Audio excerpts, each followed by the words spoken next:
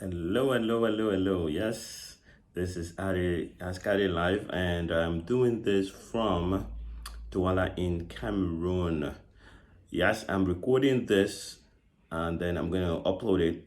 I will not be editing it because it's supposed to be a live show. However, it's not going to be live because I tried to, it wasn't working well due to my surroundings, part of the internet.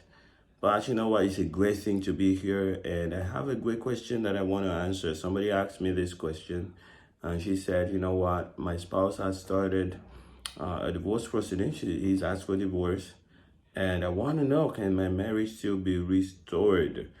And I'm going to answer that question really quickly. And if you want more, you can ask me about it. First thing I want to say to you is that good news is there is always hope when you are still alive and when you have a God who is in heaven. So there is always hope for a transformation. If you still want to keep your marriage, like I always say, if one person wants to keep the marriage, there is hope for the marriage. Now, we cannot say 100% because there's somebody else involved and they still have to make their choice. However, I've seen marriages restored after divorce started. I've seen marriages restored after the divorce has gone through and they got married again. So there's hope for you. So what do I have to say to you, and how do you even start to work that out? First thing I would like to share with you is, remember there's a reason why you got married in the first place. And if that reason is still there, which is maybe God guided you to one another, it could be also that you like each other. Of course, it's that. You won't say God guided you to marry each other if there was nothing that you loved about each other. So there's an attraction there, and there's hope based on just those two things. God is involved, and you have some attraction that was there at the beginning. Now, if you begin to think about what is it that caused the problem in the first place, where did everything go wrong? And in most cases, what happened is that both of you didn't understand how to love each other regardless of your weaknesses. In other words, your spouse is saying, I can no longer handle your weakness, I'm bailing out. You are saying, I think I can still handle their weakness, and I want to learn how to do that. And that's how you can repair your marriage. If you're saying, you know what, I want to learn how to handle their weaknesses and see what would happen next, can and yes, if that is what you're saying, then you are in the good place. You can change your marriage. So what would you do next? What would you do next? First thing first is recognize your hurt. There's definitely hurt somewhere. There's definitely disappointment somewhere. Recognize all of those, put them down, and begin to see how you can forgive them. And also decide in your mind that you're going to invest time and energy into working on your own heart, on how to love better, how to have joy, peace in your own heart. And I want to tell you, and I've been sharing this for years now, the real joy that anybody can have comes from love. And not necessarily because somebody loves you, but because you love. And if you love, if you allow love to flow out of your heart, you're gonna get a whole lot of people who love you too.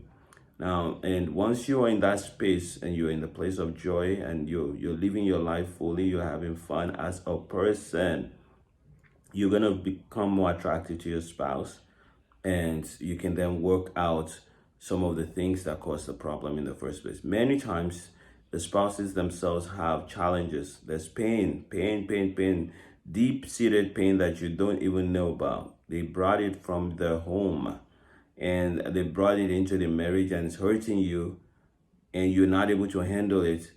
And that's why they are saying now, you know what, your reaction to their pain is a problem, and they want to, excuse me, and they want to break the marriage. So you work on being you, there are materials on this channel that I've created over time on the Joy Makeover, and I have a whole series of training with support that I've designed for people in the in my inner circle. You can get access to that for free by just being a member of that group, and also get support once a month, group coaching. Now, when you start with your own heart, and that's where to start, and don't rush or panic. The divorce proceedings, let it go the way it's going, but you work on your own heart first. When you are in that space where you're joyful and you're peaceful, you will find that you're able to handle some of the challenges that were in your marriage. Recently, 2 days ago, I was speaking to a friend who's had a divorce, and he was telling me that right now himself and his wife, they talk very well, much better than they've ever talked. In the last couple of years, maybe 5, 6, 7 years. Of course, they talk really much better than that before they got married.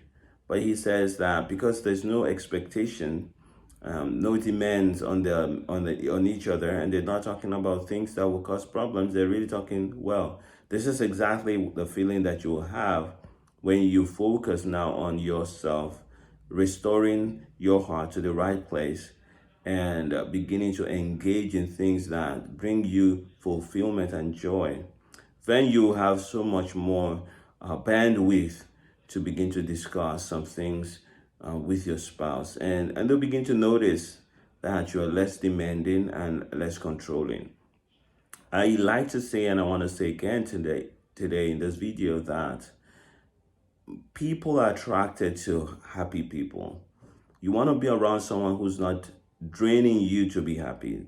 They are joyful, they are peaceful, they are on their own, they're enjoying their lives, and they're not demanding you to make them happy. And so when you enter into that space where you release your spouse from your demand to make you happy or to align to your expectations of them, and you just live your life and make up your mind that you're going to bear with their weaknesses and learn how to help them to overcome them, you're going to transform your marriage. Things will begin to change. Will begin to change. So right now, if you are in the space where you say, I want to fix my marriage, I don't want it to break. My spouse has asked for a divorce. This is where you start from. Take those hurts that you have, learn how to release them, then begin to work on your own heart. And once that is done, this is when you begin to see, okay, how can I restart the friendship? So for my friend who is talking nicely to his wife now, and they are beginning to have better conversations, this is where he begins to insert some kind, loving words and actions, and begin to draw her back if he wants to, and reposition himself as a person who now understands the challenges that she's had, and also articulate his own weaknesses and let her know that he's working on it. This is a process that I'm recommending for my friend. But before I can do that, before anybody can take that action, you have to make up your mind that I want this marriage. It's worth fighting for. It's worth working for. I always believe that a good marriage is one of the best investments that you can ever have. And if you can work out your marriage and make it beautiful, you will always get the reward of that investment. All right, so this is a very short one, less than 10 minutes, because I'm on the road and I don't want to keep you just talking and talking. And of course, I don't have the bandwidth also here to upload a bigger video. So till I get back to Canada, it's going to be short like this. But don't stop asking your questions. Don't stop putting them in the comments. I appreciate what God is doing through this channel. And don't forget to subscribe if this is the first video that you're catching me on. And share this with anyone that needs it. I want to tell you the truth. God is changing marriages all around the world. And He's empowering Christians to lead this challenge against broken homes, broken marriages. No child needs to grow up with all that toxicity.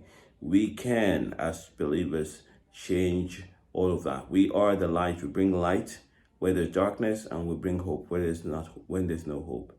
All right. May the Lord bless you. Continue to love like Jesus and live like Jesus. Bye for now.